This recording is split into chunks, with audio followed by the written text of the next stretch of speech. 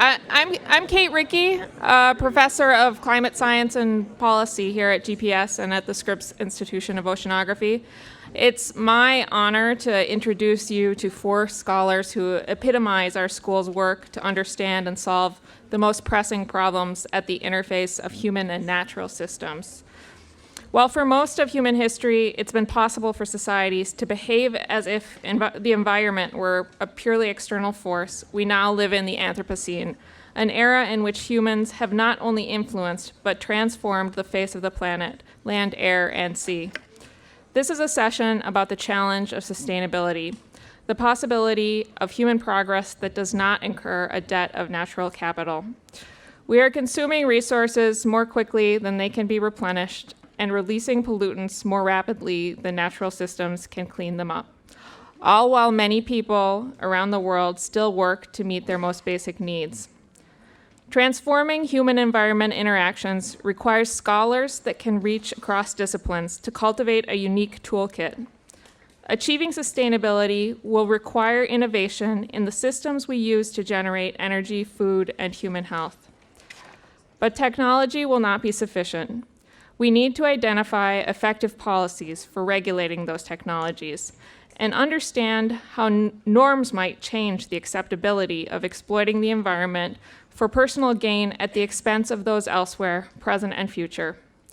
Each of our next 4 speakers' work addresses a critical question we face in the challenge of making peace with our natural world. How will we feed 10 billion people? How do we foster prosperity in places that have been left behind while avoiding environmental pitfalls of the past? And how do we stabilize the temperature of a warming Earth?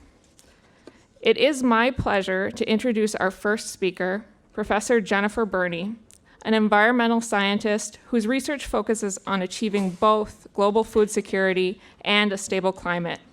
She is an associate professor at the school and research affiliate at the Policy Design and Evaluation Laboratory. She also leads the Science Policy Fellows Program at the school. Thank you, Professor. Thanks to you all for being here. It's a real pleasure to get to speak to everyone today. As you've already heard and will hear more, my colleagues are obviously incredible, but UCSD more broadly is an amazing place to do this kind of research. As just one small example, I was a freshman in college when Professor Molina's Nobel Prize was announced. And it was so inspiring and has remained so inspiring because I wanted to be a physicist, but in service of the public good, and there is no better example than Mario. So this is just one example of what an amazing place this is to be to study these kinds of questions. So today I want to talk about food security in a changing climate, and I want to start with the definition. So when we talk about food security, what do we mean? The working definition that international organizations use is that a food secure world is one in which all people at all times have access to the food and nutrition they need to lead the active, healthy lives they want to lead. And when we talk about food security in a scientific sense, we typically talk about it as having 3 dimensions. The first of those is availability. When we talk about availability, we're talking about the supply of food, agricultural production, right? The existence of enough food to feed everyone. The second axis that we talk about is called access. We want to think about if there's enough food for everyone, does everyone have the physical or economic means to obtain that food? And finally, if there's enough food and folks can access it, can they make use of it, right? Do they have the energy and clean water they need to transform that food into useful nutrition for them? I think the conceit of the past 3 decades has really been that those latter 2 dimensions are the only ones that matter, right? That really there's not a problem about growing enough food, there's not a problem about having enough food. It's really a question of political economy. But I'd like to submit to you today that that's not the case. And I'd like to bring to light to you a couple of facts. Again, it's easy in California. We're within 10 miles of about 40 places that look like this. We're in the salad bowl of the world. We've just eaten lunch. And so it's very easy to think that food production is not a problem.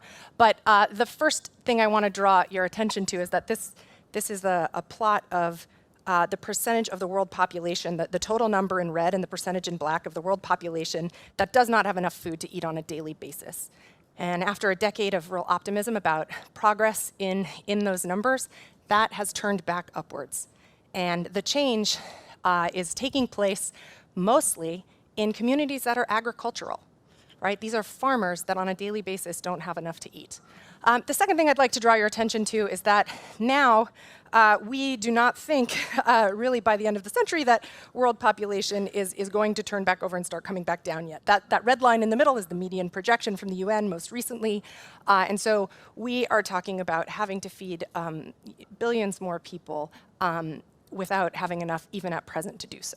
So I submit to you that we need to figure out how to grow more food. However, at the same time, my work is at the intersection of food production and climate, and we know that right now changes that we're experiencing due to anthropogenic influence on climate are really making it harder to grow enough food. So these two systems are very tightly interlinked. On the one hand, the climate, of course, influences our ability to grow food, but on the other side, food also is a major contributor to the changes that we're experiencing. Depending on how you add it up, food production, food availability, access, and utilization contribute anywhere from a quarter to a third of emissions in any given year. My work focuses on both sides of this equation, so understanding really what our world food economy and food systems do to contribute to climate, how the climate processes those emissions, and then in turn, what climate is doing to our ability to grow food and how people are responding. I'm going to start by saying a few words about the left side of this system, so how food impacts climate. I'm going to talk a little bit about how climate impacts food. So I'm going to present you with what sounds like a laundry list of problems, but I hope to end with some inspiration about also solutions that we're finding, things that work in terms of unlocking this bind. All right, so when we think about food and its impact on climate, everything about the way that we produce food matters. So our soils emit nitrogen into the atmosphere from both synthetic or natural fertilizers. When we grow rice, that puts methane in the atmosphere. All of our on-farm energy use matters when we synthesize fertilizers and pesticides. Those result in emissions. Cows burp. It has a scientific name, enteric fermentation. We just like to call it cow burps. That matters for climate. Everything about our world food system is an emitter. However, the thing that is really important is if you add up all of those emissions, they do not matter, in a sense, compared to land use change associated with agriculture, right? So if we think about the conversion of native habitats, forests or shrubland to cropland, like you see illustrated here, when you cut down native habitat, all of the carbon embodied in those trees or in those shrubs and much of the carbon in the soil makes its way into the atmosphere within a couple of decades. It might spend a few years as furniture, but ultimately it is all going into the atmosphere. And so it's incredibly important to think about growing a lot of food on the land that we have without expanding cropland, and I'll come back to that. Trade, something like 23%, quarter of emissions embodied in trade are associated with moving food around. So this is another part of the system. And again, thinking about utilization, the energy that we use to cook and process food is again a major contributor to both our emissions of greenhouse gases, but also short-lived pollutants that cause a lot of damage. There's a ton of work that goes into securing biomass, for example, right now, just to cook food on a daily basis. If we think about the other side of this system, changes in our climate system already have made it more difficult to grow food. Changes in temperature and precipitation across global croplands have depressed our ability to produce food. And to put this in some units that are friendly, when we think about technological progress over time, over the past 3 or 4 decades, we've undone about a year of progress in terms of yield growth. So climate is actually depressing our ability to just conduct agronomic research and make improvements. Another thing my group has focused on is beyond thinking about longer run temperature and climate changes, the emission of pollutants, things like precursors to ozone at the surface level, particulate matter, change our ability to grow crops as well.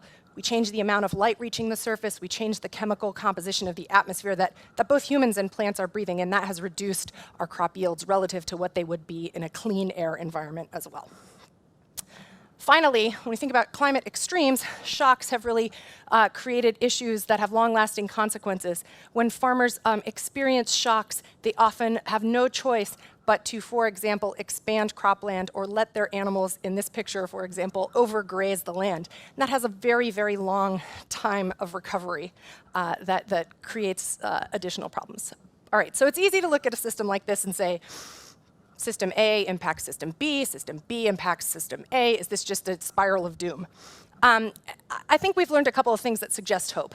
The first is we know that high yields matter. We're sitting not very far from the birthplace of the Green Revolution. This is the Yaqui Valley in Sonora, where Norman Borlaug conducted his famous research, spawned the Green Revolution, and really changed the world from one in which we worried about having enough food to maybe the past few decades where we haven't really thought so much about it. But one of the unforeseen consequences of the Green Revolution was actually that it spared a lot of native habitat from being converted to cropland. We estimate that it's something like a third of emissions since industrialization were spared almost by accident. So we know this is a technology and a strategy that works. We need to keep yields high. The second thing we're learning is that it's possible to help farmers buffer against shocks, buffer against variability in climate. So here's a picture from Brazil, helping farmers grow new kinds of forage crops like prickly pear cactus, which it turns out, in addition to making good tacos, is very good for livestock feed. We also have done some work in West Africa, helping women grow crops year-round, buffering against seasonal swings that contribute to both land degradation and malnutrition. Finally, we need to think about new ways to monitor the world food system at much higher frequency temporally and spatially.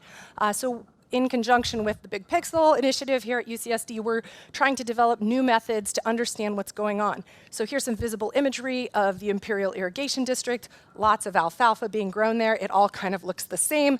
We're developing new methods that help us understand in much finer detail and at much finer time scales how many cycles of crops are being grown in what place and what's being grown. I want to leave off with this picture. This is what's known affectionately as the Doomsday Vault. This is a seed vault in Svalbard, Norway, the highest latitude location with a commercial airport. And this was designed to hold the world's crop genetic resources and to use the permafrost, right, Earth's natural refrigerator, to keep these seeds in decent shape in the event of catastrophe. Well, it most recently made the news because something like $13 million had to be spent to fix a leak because the permafrost was melting faster than anticipated. So I'd like to end by saying this set of systems has connections that we're only beginning to discover, and new ones keep popping up every day. So I'm grateful to be in a place like GPS where we can try to keep a better pulse on this very important system. Thanks.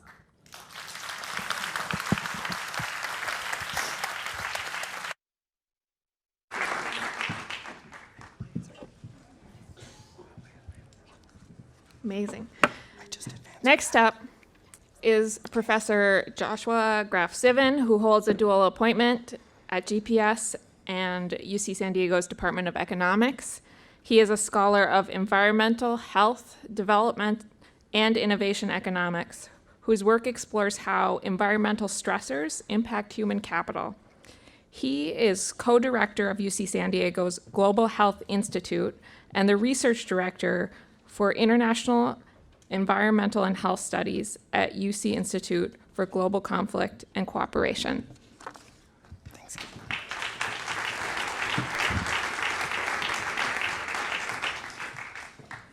So last week, I had a terrible, horrible, no good day.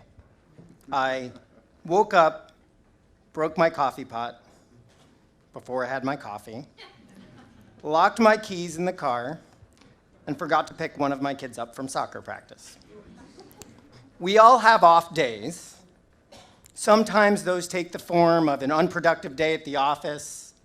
Other times it's a tough slog at the gym, or just a modest impairment of our everyday performance of tasks that we put ourselves through day in and day out. In many instances, the explanation for that poor performance, that poor showing, is obvious. Stress about a looming deadline, a poor night's sleep, or perhaps even a fight with a loved one or a or a child. In other cases, however, the explanation is more elusive. My goal today is to shed some light on that mystery, at least in part. To do so, I need you to journey back with me to Berkeley, California in the mid-1990s, a time when I had more hair and less forehead, and a time when I was running 6 to 7 days a week, logging more than 1,000 miles per year. At the same time, I was a new graduate student in economics. And one of the hazards of the trade, as any of our students or alums will tell you about studying economics, is a near religious obsession with data. Those two passions of mine came together as I meticulously, and that's a generous term, logged lots and lots of details about each and every one of those runs over a multi-year period. And one does not need an advanced degree in statistics to look at that data and see immediately that there was lots of variability in my performance. Some of that might be explained by too much drinking with old friends who were visiting in town, too many caffeine-fueled hours in the computer lab, an embarrassingly public disagreement with my advisor, but many others were not explained by casual observation. And so, over the course of several years in graduate school, I built more and more complex models to try to understand what was going on with my running performance, to try to understand the variability in my running performance. And no matter what I threw into the model, I couldn't make it go away. And then it hit me. I had, at the time, been doing a lot of work on pollution, and I understood that pollution could lead to very severe health impairments, hospitalizations, heart attacks, even death. What if very modest levels of pollution could impose slight impairments on my cardiovascular or my respiratory performance, health, and therefore impact my runs? And so a research agenda was born. Not one focused on my very privately celebrated but not very publicly celebrated running career, but rather one that was focused on the ways in which low levels of pollution might affect our everyday performance and in turn, economic productivity and prosperity. It would take a lot of patience, a lot of perseverance to get the data to make this happen.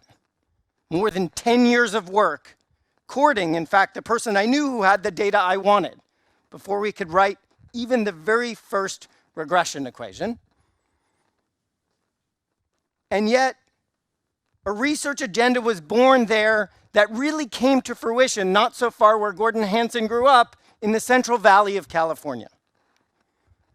In the Central Valley of California, there's a farm, much like many farms around the world, in which workers are paid based on the amount of fruit they harvest on a given day. As luck would have it, this farm also had an air quality monitor right next to it. And so we were able to link daily data on pollution with daily productivity of workers to understand whether there might be some relationship between the two. Much to our surprise, we found the impacts of very small amounts of ozone pollution, changes in ozone pollution well below regulatory standards in the US and in California. We found that those small perturbations in ozone pollution led to big increases in the productivity of workers. Increases that would make CEOs and HR managers blush. And I know what you're thinking, or perhaps you're thinking, I can tell you what our reviewers were thinking at the time. This is backbreaking work. It takes place outdoors in the elements. Agriculture is really, as we just heard from Jen, agriculture is really important in lots of places in the world, but when we think about economies, particularly we think about the US economy, agriculture is not the first to come to mind. What about indoor occupations? Those that are the bread and butter of developed economies like ours. The answer is yes, those impacts matter, and they matter in very profound ways. Fine particulate matter pollution, that is very fine dust, penetrates buildings. Whatever is outside is largely inside.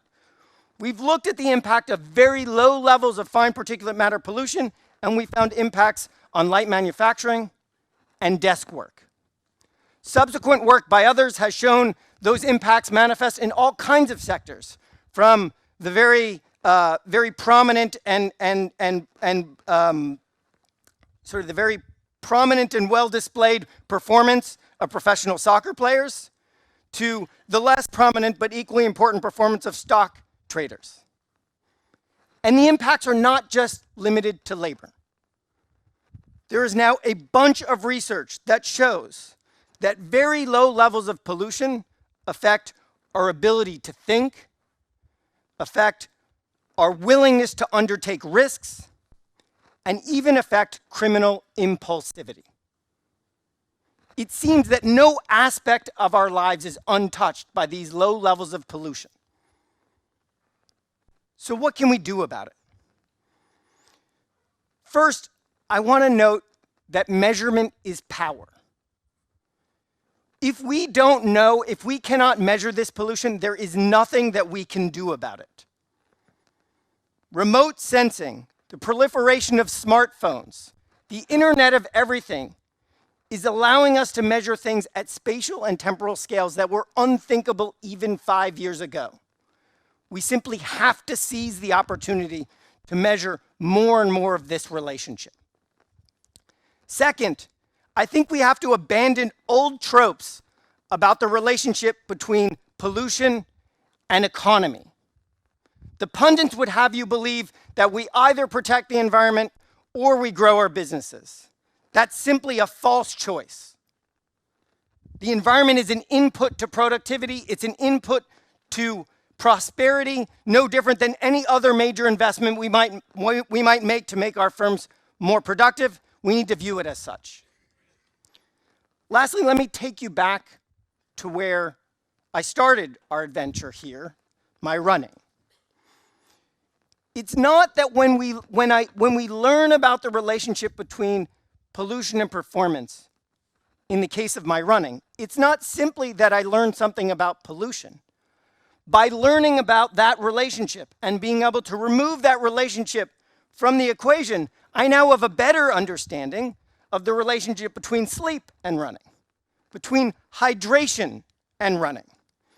And so those impacts, that understanding of this nuanced relationship, that nuanced relationship about the air we breathe every moment of every day, helps us to understand new things around us.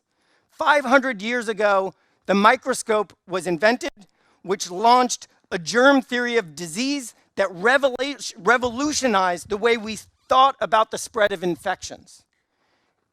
At the same time, at this very moment, the insights from that revolution permeate our San Diego economy. Here on the Mesa, with all the biotech companies that are utilizing the very insights that came from that theory, to the flatlands, where they're brewing craft beer and also utilizing those insights to provide products of great value, at least to some of us. The microscopes that allow us to measure pollution with greater and greater precision and resolution as we go forward are fundamental for us to thrive in the 21st century. The opportunity is now, the potential is enormous. Thank you. Thank you, Professor Graff Zivin. Our next speaker is Craig McIntosh, Professor of Economics here at the school. He is a development economist whose work focuses on how to help the world's poorest through institutional innovations. He is co-director of the Policy Design and Evaluation Laboratory. Thank you.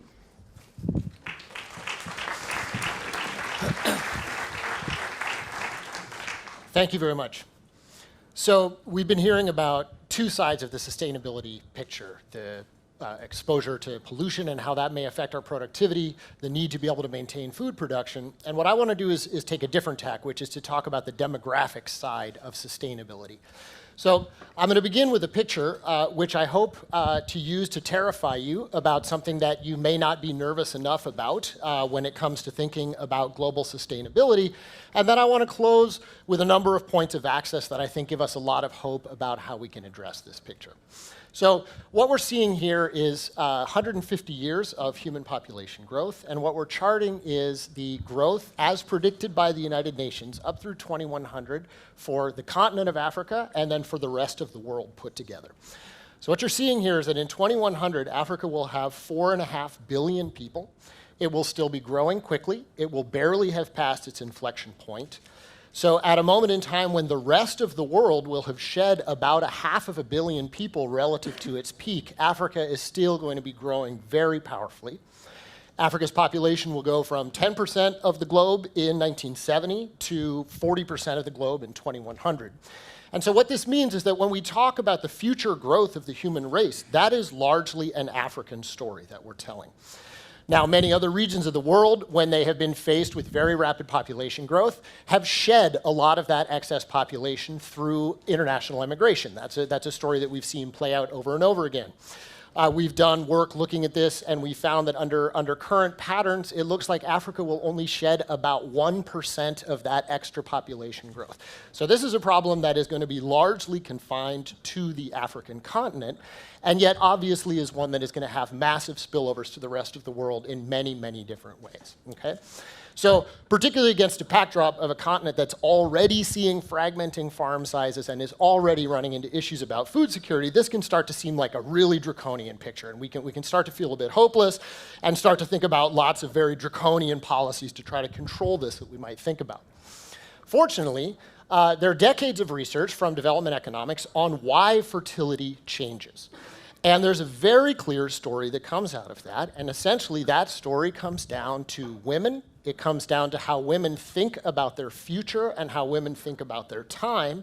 And we have a bunch of quite concrete access points that we can think about using in order to try to get in and address this problem.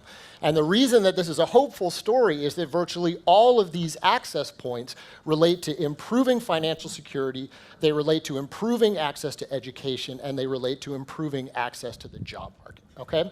So I want to talk about a number of studies, some of them coming out of the Policy Design Evaluation Lab at GPS, that are starting to give us some hope.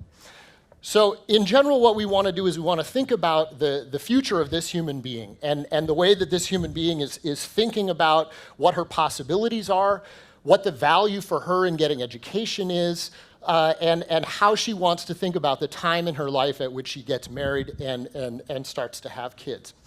So one of the entry points that I want to start with is the issue of financial support. How can we decrease financial vulnerability? So UCSD has been a pioneer in taking advantage of what is really the exciting big new opportunity in this space, which is the fact that as of now, 90% of households, even in remote rural parts of Africa, have mobile phones.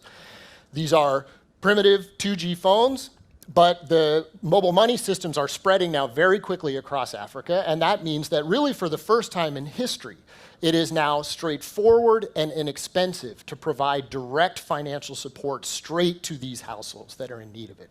So a lot of people have worried about this over the course of the decades and said, well, aren't these people going to waste the money, and isn't this going to be spent on things that I wouldn't want it to go to?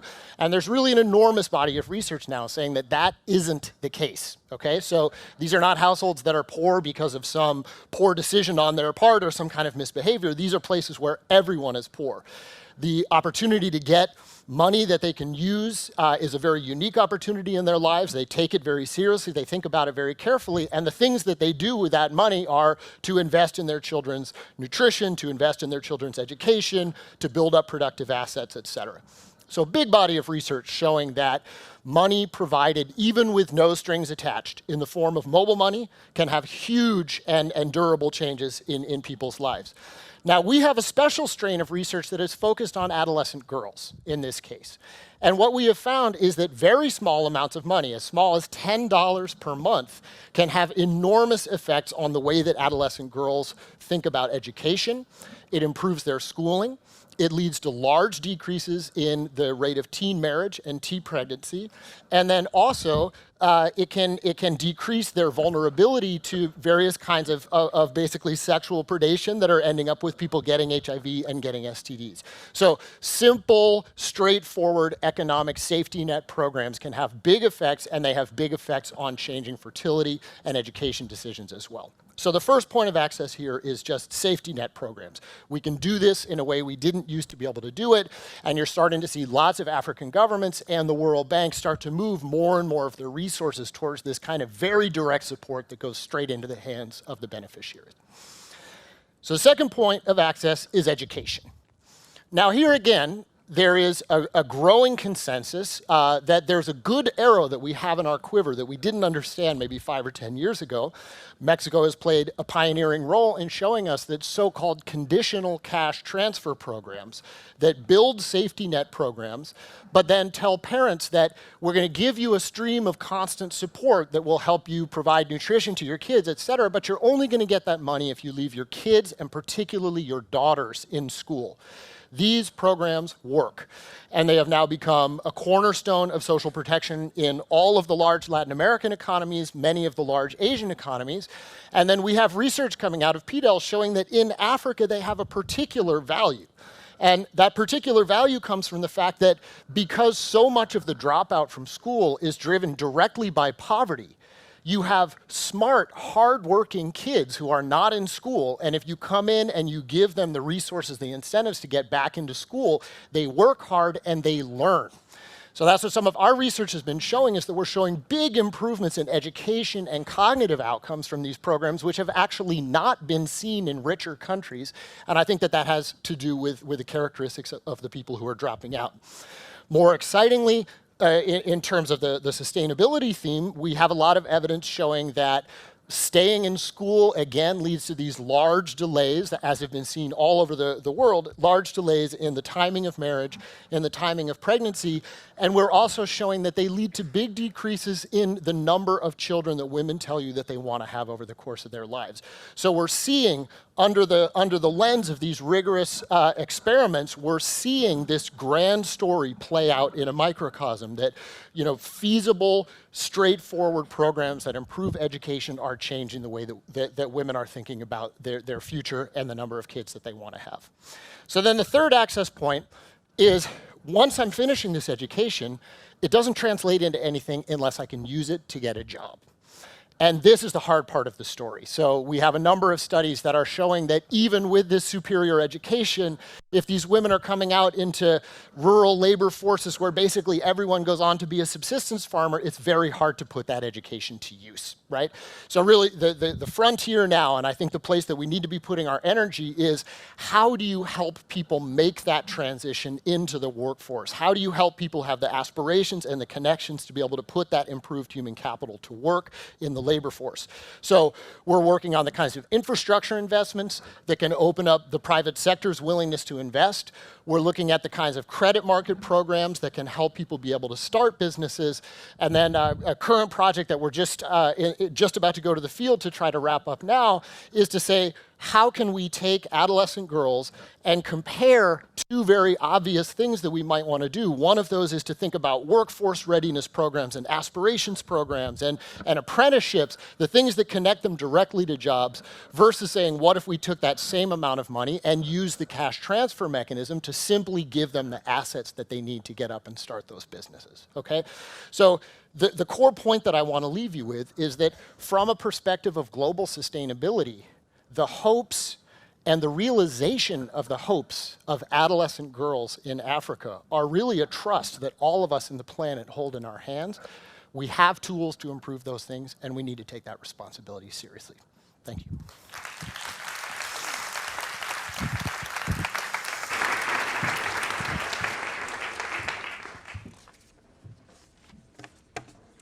Our final speaker is David Victor, Professor of International Relations, whose work focuses on the tightly coupled relationships between technology and regulation to decarbonize the planet's energy systems. He is co-director of the Laboratory on International Law and Regulation and the Center for Global Transformation Endowed Chair in Innovation and Public Policy.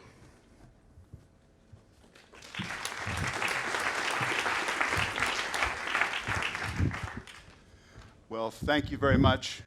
I'm going to be less optimistic than Craig, who's summarized tremendous work that's showing how to make a difference on the ground. And I want to try and answer a simple question, but a really important question, which is, will we slow global warming? And the answers are uneasy. If you ask the question, do we have global warming policy? Everywhere you look, there's evidence of global warming policy. You see it in global forums at the United Nations, in other places like in Davos. 8, 10, 12 major global conferences on climate policy happen every year nowadays. You see it in leaders of various flocks. The 1.2 billion person Catholic Church is led right now by someone who has put climate change and a variety of other things at the center of his leadership. Greta Thunberg, who's inspired many kids to skip school and protest climate change as a teacher and a father. I'm not sure I entirely sign on to that program, but it's raised awareness about climate change issues. When you look for global warming policy, you see it in the actions of companies that have now committed to buy 100% of their electricity and other forms of energy from clean sources. Companies that you might say, well, there's rich companies that have high brand exposure, and so what they do doesn't necessarily matter very much. They're going to spend some money on a solar cell here and there and smile. But you're seeing it also in companies that are in the commodity business of energy, and in particular the big oil and gas companies that are in various ways investing in, for example, eliminating emissions of methane from the upstream. You will see over the next year or two those emissions go to essentially zero for all the Western companies, investing heavily in carbon capture and storage technologies that were mentioned over the last couple of days and so on. So when you look, you see the evidence of climate change policy everywhere except one place, which unfortunately is in the data. Emissions last year rose almost 3% per year. Ironically, as climate change policy has gathered steam in the form of international negotiations, you've seen emissions actually rise more rapidly. When you look at the atmosphere has not noticed a whiff. If you look, for example, at the Keeling curve, which is the longest continuous direct measurement of carbon dioxide in the atmosphere atop Mauna Loa, the Keeling curve shows no evidence of all these policy discussions, of all these meetings at the United Nations and other places. And that's the problem that we're grappling with right now, which is that the climate change issue has been on the international agenda for about 30 years, a GPS. And we don't yet see evidence of it, of all that policy affecting underlying emissions patterns. Why is that? Fundamentally, that's because the main pollutants that cause climate change, of which carbon dioxide from burning fossil fuels, from deforestation that Jen Burney talked about, the main pollutants are well mixed in the global atmosphere. And so there's a disconnect between where they're emitted and where the ultimate effects are felt throughout the atmosphere. And that disconnect is reflected in the political interests at stake here, where there are costs for controlling emissions that are born in one place. They affect the pollution that then mixes throughout the global atmosphere and affects ultimately the state of the global climate. Understanding this underlying structural problem, this structural challenge to success, is crucial. It's very easy to be distracted by shiny objects or shiny orange objects that in various ways you might agree or disagree with the Trump administration's decision to withdraw from the Paris Agreement. But when you look at the data, you don't actually see the Trump effect. In fact, you see a little bit of a rebound in terms of additional effort by states and cities and other places precisely because of who's in the White House. It does not erase the underlying structural problem here, which is the disconnection between the benefits that would come, significant benefits that would come from slowing global warming, and the places that would bear those costs. We've learned a tremendous amount about those benefits. We know that there would be less flooding in South Asia, epic floods last year in Bangladesh in particular, epic floods the year before in Bangladesh in particular, and a variety of other places exposed. We know that many of those impacts are being felt already here in the United States. We have acute problems like an octopus in a parking garage in Miami. And you can imagine a world with less global warming that would have fewer of these kinds of impacts. And some of the impacts we're learning a lot about how to address. The octopus, you get a bucket, you put the octopus in the bucket, you take it back to the ocean, problem solved. But other impacts, much harder. Wildfires in California bankrupted the single largest cause for the bankruptcy of PG&E in Northern California. And frankly, the CEOs of the other two utilities in California are saying, there but for the grace of God go I, because these kinds of problems are existential now. You're seeing this in terms of the impact on human health. And when you look at the out years, the potential impacts on human health from pollution and interacting effects that Josh spoke about earlier, and ultimately from death, those are going to be the dominant impacts. The problem is that the benefits from controlling those impacts are still abstract and for the most part far in the future and disconnected from the places that are bearing the costs. And there are some places that are beginning to do things that are emblematic of the costs that would be paid. This is a new nuclear plant, two new nuclear plants going up in Georgia at a cost of between $9 and $25 billion, much more expensive than alternatives, but zero emissions. Here is the world's largest solar plant going up now outside Bakersfield, California, consuming desert and farmland at a cost of $2.5 billion, nearly 600 megawatts of power, also more expensive than the alternatives. So to me, what's interesting is that the antidote to the conversation we had at lunchtime about the difficulty of getting consensus, the antidote to that is that some places are willing to lead. Some places are going out and spending their own money on problems that are generating global benefits. And to solve the climate problem, we have to understand their behavior better. This is Earth Week, and here on the University of California campuses, we have a big contest underway where people nominate different kinds of activities. Here's the latest tally of all the activities that are going on in the UC system and the emissions that they've reduced. 13.5 million pounds of carbon dioxide have been saved. That sounds like a huge number. That number is 6 seconds of global emissions. This is the core challenge in addressing this problem, which is that the places that are inspired to lead the most on the climate change problem are almost intrinsically places that are a tiny fraction of the total problem. And so the game to be played here is a leadership game. It's almost an evangelical game. Everything we do to control emissions, we need to judge against the question of whether our leadership is generating followership.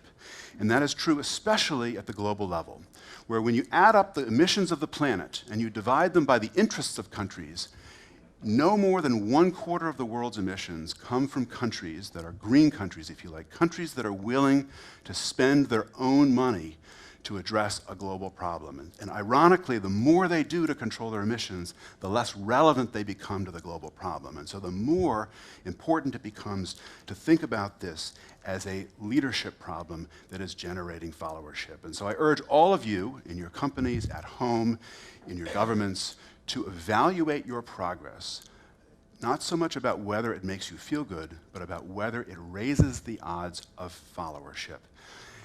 Will we slow global warming? I'm optimistic about that over the long term. Over the long term is a long time. And in the interim, a lot of CO2 and other gases will build up in the atmosphere. We are in for a lot of warming. We need to improve our capacity to manage that warming. And you're also going to see increasingly on the agenda discussions of geoengineering. We touched on it briefly at lunch today. This is the idea that we would intervene directly into the climate system to try and offset some of the impacts. It sounds crazy, it sounds Dr. Strangelove. It is an indication of just how far we've let the problem go that we now need to take some of these ideas seriously. Thank you very much.